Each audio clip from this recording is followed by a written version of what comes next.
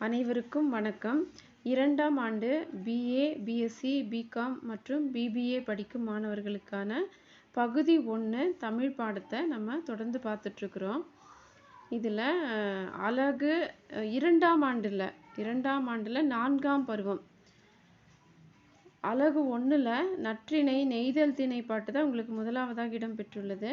அந்த நெய்தல் திணையில் நீ உணர்ந்தனையே தோழி அப்படின்னு ஆரம்பிக்கின்ற அந்த பாடல், அது ஆசிரியர் பிசிராந்தையார்.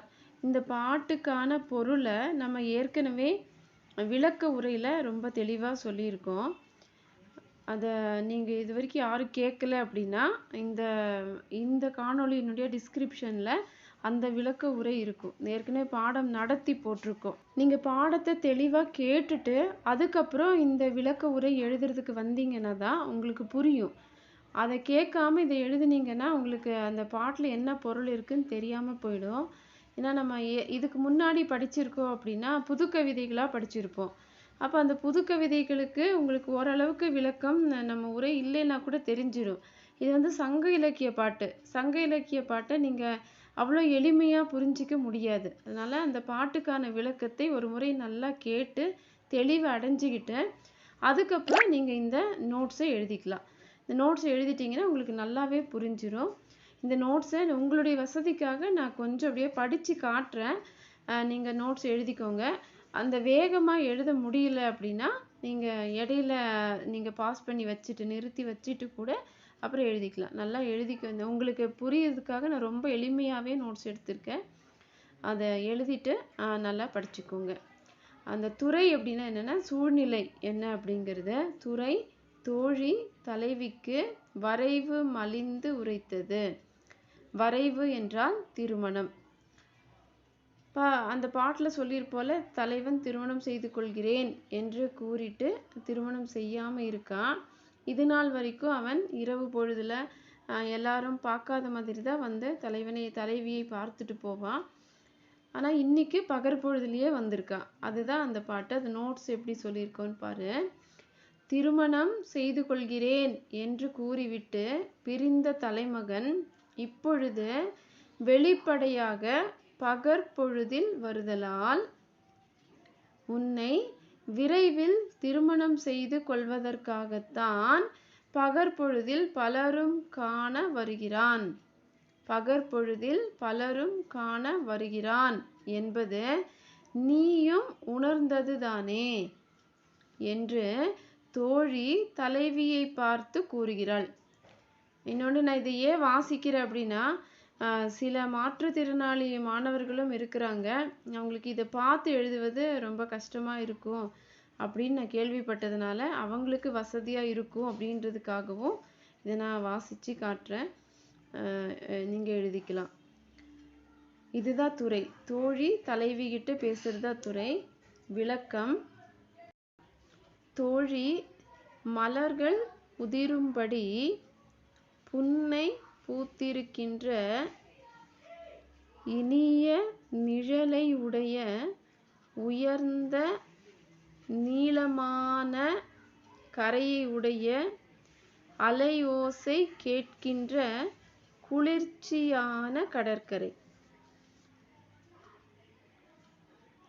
நீண்ட காலை உடைய ஒரு நாரை தன் பெண் நாரையோடு சேர்ந்து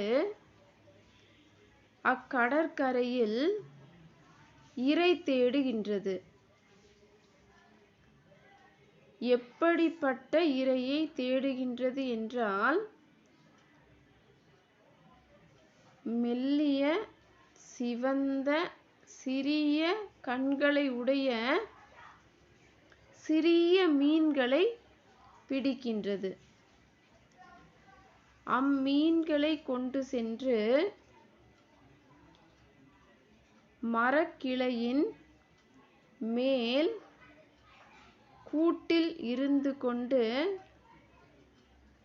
பசியால் தன் தாயை கூவி அழைக்கின்ற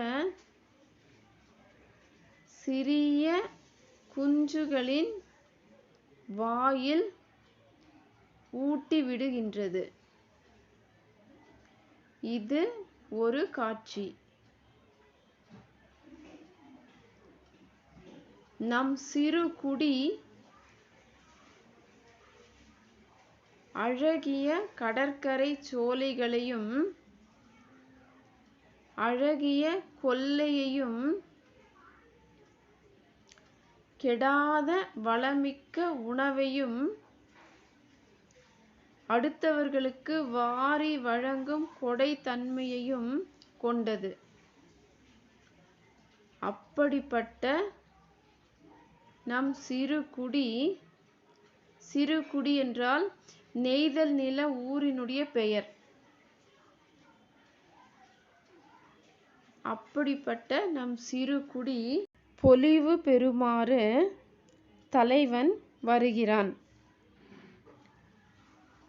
அவன் வருகின்ற தேரில் பூட்டியிருக்கும் குதிரைகளின் கழுத்தில் மணிகளும் மாலைகளும் கட்டப்பட்டிருக்கும். மிக விரைவாக செல்லும் தன்மையை உடைய அக்குதிரைகள் பூட்டியிருக்கும் தேரில் நம் ஊரில் உள்ள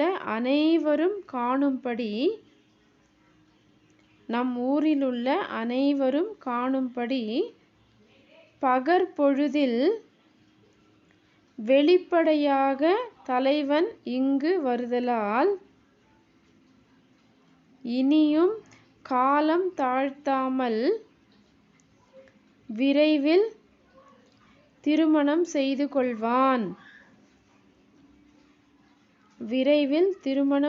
கொள்வான் என்பது நீயும் உணர்ந்ததுதானே என்று தோழி தலைவியிடம் கூறுகிறாள். இந்த விளக்க உரையை நல்லா எழுதி வச்சுட்டு, நான் ஏற்கனவே பாடம் நடத்தின விளக்கத்தை நல்லா கேட்டுட்டு தேர்வு நல்லா எழுதுங்க. அடுத்த காணொளியில் உங்களுக்கு அடுத்த பாட்டுக்கான விளக்கத்தை போடுறேன். நன்றி.